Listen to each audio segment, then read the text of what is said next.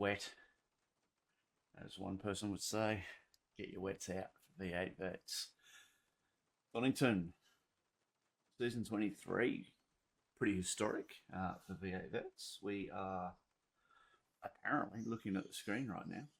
We're going to have our first wet race. Obviously, VETS well renowned for having fixed weather and so forth, so well done to the committee and everyone getting behind the concept of doing something a little bit different. But what does that mean?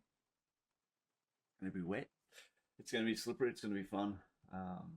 So this will be a bit of a longer track guide. I'm going to try and do a wet lap, I guess, and then I guess a transition lap around the pace difference that you'll see if you can get the call right and go to slicks and things like that. But look, a few important things to start with. Obviously, you want to make sure you either have your auto wiper ticked in your option settings, as it's just stopped raining in server. You want to make sure you've got that ticked, or of course have a button set up for it. So very, very, very important to do. Also want to make sure that you have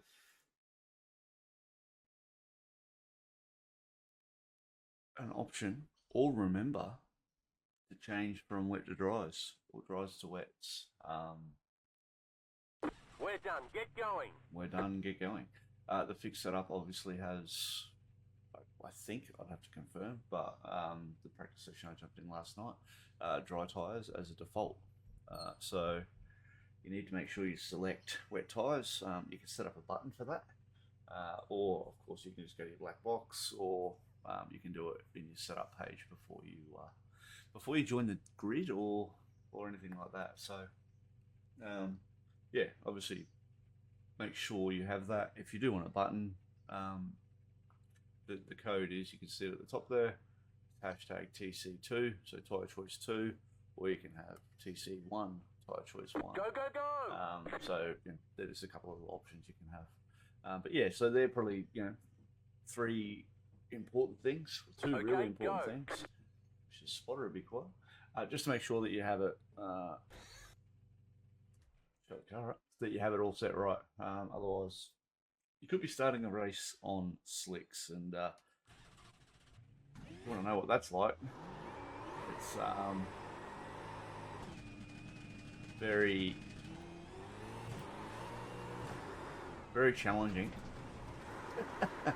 on slick ice. There's absolutely no hope on and just remember, it's just stopped raining, so the track's extremely wet. Not extremely wet, but very wet. So you got no hope on slick tyres. So make sure you've got that done. Anyway, I am rambling a bit. So what we'll do is, and obviously, covering this off for Scotty, who's on a bit of a break caravanning. So thanks for Scott for asking me to do this. It's a terrible suit. That ain't my team suit. But anyway, so yeah, Sean enjoying some caravanning life. But fix it up. The Donny, excuse me, the Donny set, quite nice in the dry. It's quite nice in the wet. So nice little dock. Definitely cylinders are sort of a bit more representative of what I like, so it's good. You're going to have sometimes it doesn't suit you, sometimes it does. But traditionally in the wet, you want to wind your brake bias back. You don't want to be pinching fronts, because as soon as you pinch fronts, you lose steer. So I've done this just on the baseline setup. I haven't changed anything. It is as per the Jane Mac Donnington fixed setup. So, but yeah, look, traditionally you'd want to wind that brake bias back and get the car braking on the rear a little bit more, which can help rotation and things like that. So, and like I said, you want to avoid that front locking. Anyone that hasn't really driven in the wet, I've been fortunate when I was younger to do karting, so I did a lot of karting in the wet. There's so many different ways that you can attack a lap. You may hear, and you see it in certainly in F1, you see it in Supercar as well, about the wet line. Normally, if you've got, I'll show you a very good example of this. you can see down into here. I'll get rid of that. Wet and shiny, wet and dull. Where it's dull, traditionally there'd be more grip. Okay, water on rubber, especially with 100% track state, you're gonna have less grip on the shiny stuff versus the grey stuff. It's just as wet, but yeah, it's definitely going to be different. I'll just see if I can't. There you go. So shiny, not shiny, and a little bit more grip. Certainly better for braking, but we'll cover that off as we go here. So what I'll do is I'm gonna put this camera height up a bit because obviously the water's falling. We'll do a lap just in behind, and then I'll do a lap from inboard just at normal speed. But yeah, so and then I'll run you through gear selection and so forth as well. But look, so this would be the traditional wet line, I guess you could say, nice and wide. Certainly, if you're going to start a lap, same concept, nice and wide. You want to square the car up as much as you can and get as much throttle as you can without bursting the thing into wheel spin. And you can see it took me a long time to get back to full throttle there. That's just is what it is. Down into turn one. One thing I'll say is braking markers aren't significantly different in the wet because you're traditionally carrying less speed into the corner. So you certainly bring it back a bit. Don't get me wrong. You don't want to bowl in there and de-brake like you would in the dry, but there's a misconception that sometimes you get a brake 100 meters, 50 meters earlier than what you would in the dry. It's not quite the case. You can, you'd probably be braking somewhere up around here in the dry. Here we're braking, back in, and you can see it's not a massive pressure, but there's a lot of modulation on the pedal. So and you want to turn the car in nicely.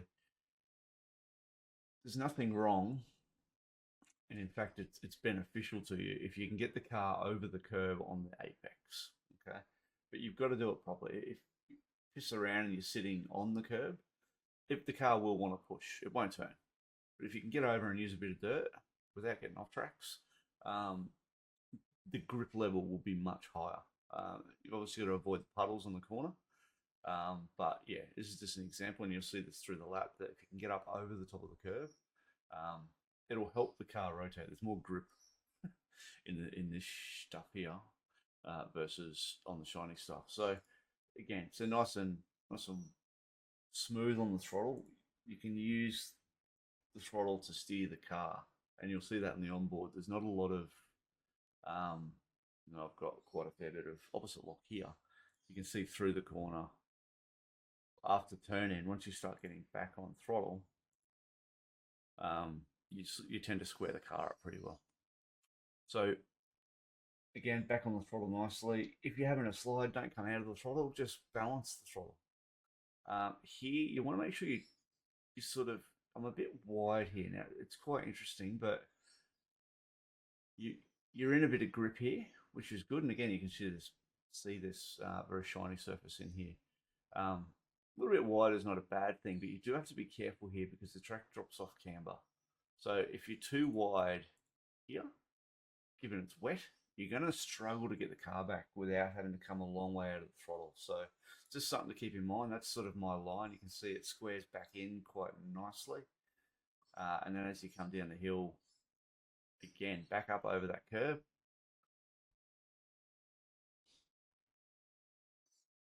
And braking sort of early, but not a massive amount of pressure. So you're sort of rolling the car in here. Now, that's wide, yeah? So I would want to be over this. The only advantage to this is I can get back on the throttle earlier because I get out here and there's just a little bit more grip for some reason on the exit there. So that's just something to think about, but stay away from that curb. Touch that, you'll be wandering over yonder into the fence here. But again, pretty hard on the throttle up the hill. You want to get over the curb here, but you can see I just balance the throttle. Okay, so a little bit of throttle balance. Reason for that is painted surface, the thing will just burst into wheel spin. Don't want that. So a little bit of a balance. You don't want to touch this outside curb. Again, it will be off, gone, see you later, or a massive slide. And if you can save it, that's a bonus. But yeah, it won't be much fun. Again, just balancing that throttle. So you can see there, didn't quite get over the curb, and the car just pushes just a little bit. You see the extra lock needed, and then I come back out of it. Don't force the car back to a race line. Okay, so if you think you come out of here and you're like, oh, I need to get back over here, don't force it. Just bring it casually back and brake the car as straight as you can. You're not going to gain anything by doing that. All you're going to do is put yourself at risk of unbalancing the car and potentially putting yourself in the fence. So nice and smooth. Again, you want to get up in over that curb. See it just suck the car in. That's a perfect example of it there. It sort of almost wants to push, and then as soon as it grabs it, bang, it just rotates the car without any extra lock on it. In fact, I'm actually coming out of it and it's still rotating. So that's really what you've got to do over those curves. Up here, so straight away, and this was an intentional, grab the curb there, and the thing just bursts into wheel spin. You want to stay off any of these shiny puddles. Again, the setup will sort of, well, not the setup. I shouldn't say the setup. That's not right. It'll pull you into this. So if depending how wet it gets, that's not awful there. But if you are in it, you run the risk of being pulled onto the grass. The car will just pull left. So you can see there, just slightly move to the right and stay clear of it. Again, up here, not massively aggressive on the brakes, but it is uphill, so you can get a bit more. There's a touch wide over that, but it's not too bad. And again, just steer the car on the throttle. You can see there's not a lot of right hand down, a little bit of a wobble, a bit more of a wobble because I used the curb. And then I'm pretty sure I just kept it off there. Okay, so very wet down into this run. This is where I was talking about before. So I actually chose to brake online, a little bit on and offline on this one. Now you watch the rear there. So the rear snaps, and then bang through a puddle, and then another snap, right? So that's an example of, and I'll show you what it looks like when you don't brake on this surface, okay? Now, it is quicker, but the risk of an off-track is higher, and obviously the risk of a spin is higher. But it's only quicker because it's not stopping the car as well. So there's pucker moments all the way in, but you can just see it just, because there's just no grip, still braking, 20%. The rear just wants to come around. So you can see I'm already steering out of the corner and then trying to chase it back in. So, you run the risk there of looping it, and then you're understeering through this section. Obviously, you can use a lot of curb here. I mean, you can drive through those cones. But then you're up on top of that curve trying to get back on the throttle, and you have a wobble. So, yeah, definitely that's a spot there that you've got to be mindful of. Definitely got to be mindful of.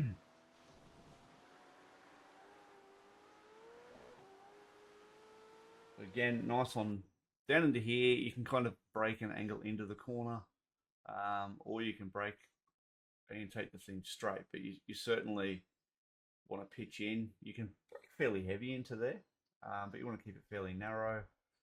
It's a second gear corner, and again, you can steer the car on the rear. You look after the tyre though, so it's always a bit of a catch-22. Up into here, pretty straightforward. Braking marker's not too indifferent. Maybe about 5 meters earlier, 10 meters earlier, and I use third gear here. So we'll go through the gears in a second, but third gear, sort of a mid-road apex, and then again, as square as you can get the car, get the weight off the front, and you can get back on the throttle.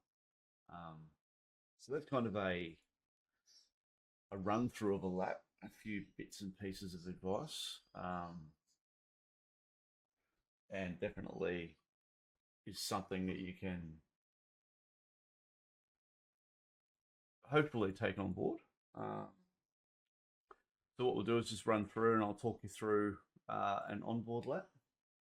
I'll just quickly tick over to this lap here. Ooh, that's me. Alrighty. Let's do this. It's not working for me. There we go. All right. So this will be an onboard. You can see the gear selections here. You'll also note that I've gone down a pedal map. So that's something to have a think about. But yeah, definitely have a listen to the sights and sounds.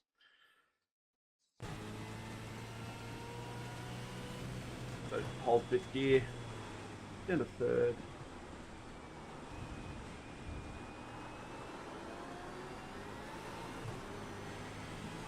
Just balance that throttle.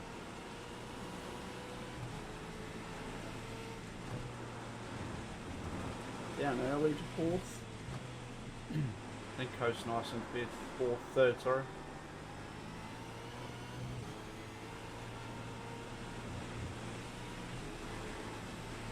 Early shift there.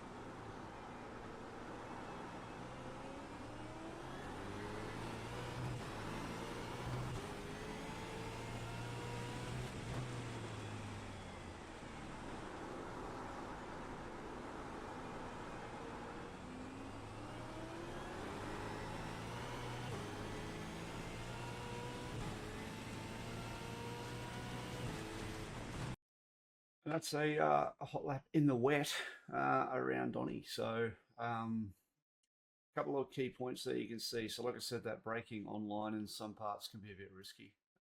You want to balance that throttle as best you can. And don't rush your downshifts because you don't want any compression locking in the rear. So you don't want to be late on it because that could also create compression locking if you're too late on the downshifts. But make sure your blips are nice. Good strong blips on those downshifts will help that wheel rotation in the rear, and will avoid any additional rear locking. But yeah, so that's a wet lap. So it was a 41.75, not too bad, but obviously there's a couple of errors I left in there to just point out the what not to do. So we'll certainly have a bit of a look at now the dry lap, drier lap. This is a lap where it's really you're on the edge of whether or not you're using wets or slicks. It's that transition point. So let's have a bit of a look at that. All right, so quick server change. Again, this isn't showing setup, but this is the it's a replay. But this was in a fixed V8 VETS server. All same. Don't believe I actually played with anything on this. I'm pretty sure. Again, it was as per setup. So this is a little drier than I thought, but there's still a lot of water spray, still a lot of water and puddle on the track. So certainly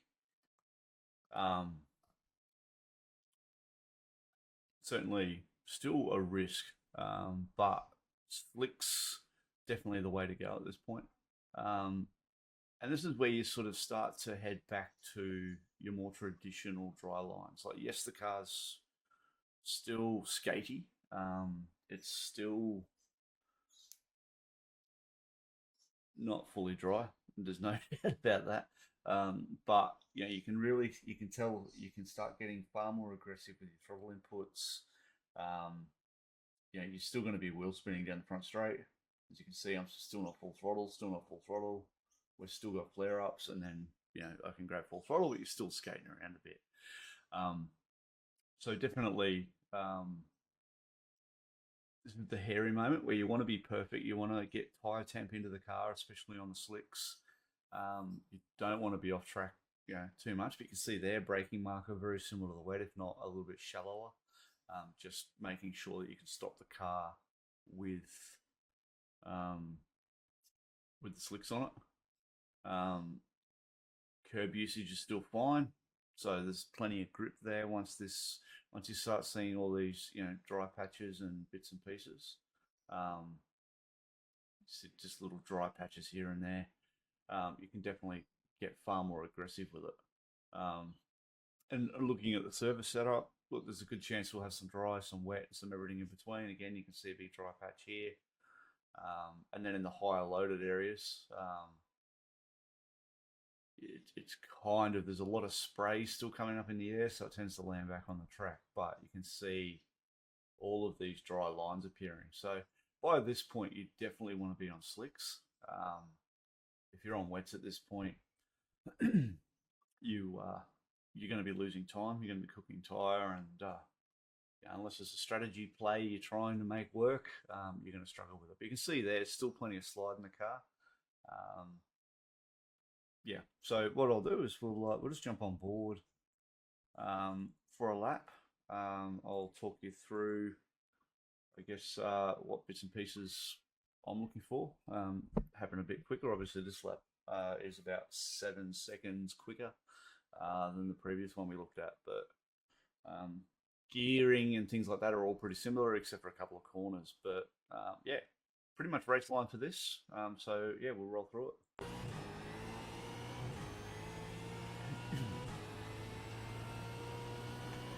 So fifth gear again, just on the limiter, down to third, nice and calm on the downshifts. A little bit understeer there still. Balancing that throttle.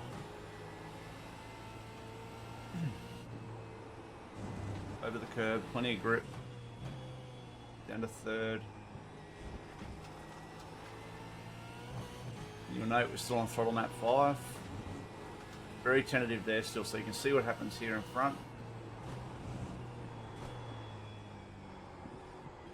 A lot of wheel work to keep the car happy. Stay away from all those puddles. Again, good braking up here. Get over the curb. Rotate the car and get the steering off it. So this section drives out pretty quick, so you can see the race line. Back onto it again. Bit wide on the first apex. You can see you're into it very, very hard. There's just a couple of spots you just got to be mindful of. Plenty of grip in here.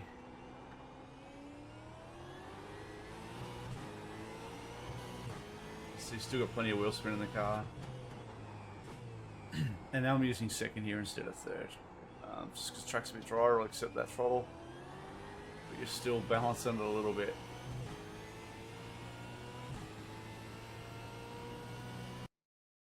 So that's a fast lap in, like I said, in those changeable conditions. So slick tyres, damp track, but plenty of grip nonetheless. Whether it's wet or dry, wet tyre or a slick tyre, tyre temperature is everything. Don't go out of pit lane on wets thinking you got all the grip in the world like you do when you go out on slicks. You need your faster times are going to be lap 5, 6 onwards. The car will generate more and more grip. Obviously, the more cars that are circulating, the less puddling water and the less standing water there'll be on the track. So don't get too disheartened if you're looking at races server times and someone's bloody 4 seconds quicker in the wet than you are. It's not relative until you're racing. Obviously, you want that one lap pace, so you need to get that right. But until you're all out on track in the same conditions with the same amount of cars clearing water off the racetrack, you're going to have different conditions constantly in this. So it's about getting comfortable. It's about making sure that you limit your mistakes because there will be plenty of them. Underdrive to over deliver kind of thing. You really want to bring it back a step, get comfortable, get balanced in the car, and then start pushing. If you're too aggressive on the brakes, you're going to be locking tires. You're going to be, as soon as you lock a car in the wet, lock a front in the wet, you're gone. You got no one. There's no front grip. The car is not going to turn. Then you get into that ABS mode where you're going to be pumping the pedal yourself to try and clear the pedal and stop the car. So patience is a virtue. Hopefully everyone has a really good run and enjoys the wet race. I think it's going to be good fun. I'm confident I'm going to make a comeback for this one this week. But yeah, look, that's a track guide for Donnington. Like I said, set's good. Track will be different. Be patient. Get tyre temp in. Practice those race starts. You don't need a lot of throttle, and you certainly don't need a lot of clutch. Just be smart about that as well. Brake bias, like I said, consider bringing it back. If you are struggling with a bit of front locking, definitely bring it back. But where it is actually not awful.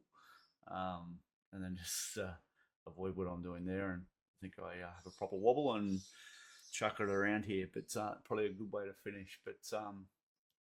But yeah, definitely want to. It was a proper wobble. Yeah, definitely want to be as smooth and calm and patient as you can. Both brake, throttle, steering inputs, get that tyre temp in, and have yourself an absolute hoot, guys. Any questions, please feel free to drop them in Discord or send me a message. Always happy to help where I can. Don't forget to head over to SG543 to give the socials a follow and a like. And hey, if you want to subscribe to my YouTube channel, feel free to hit that subscribe button. But thanks all, and speak to you soon.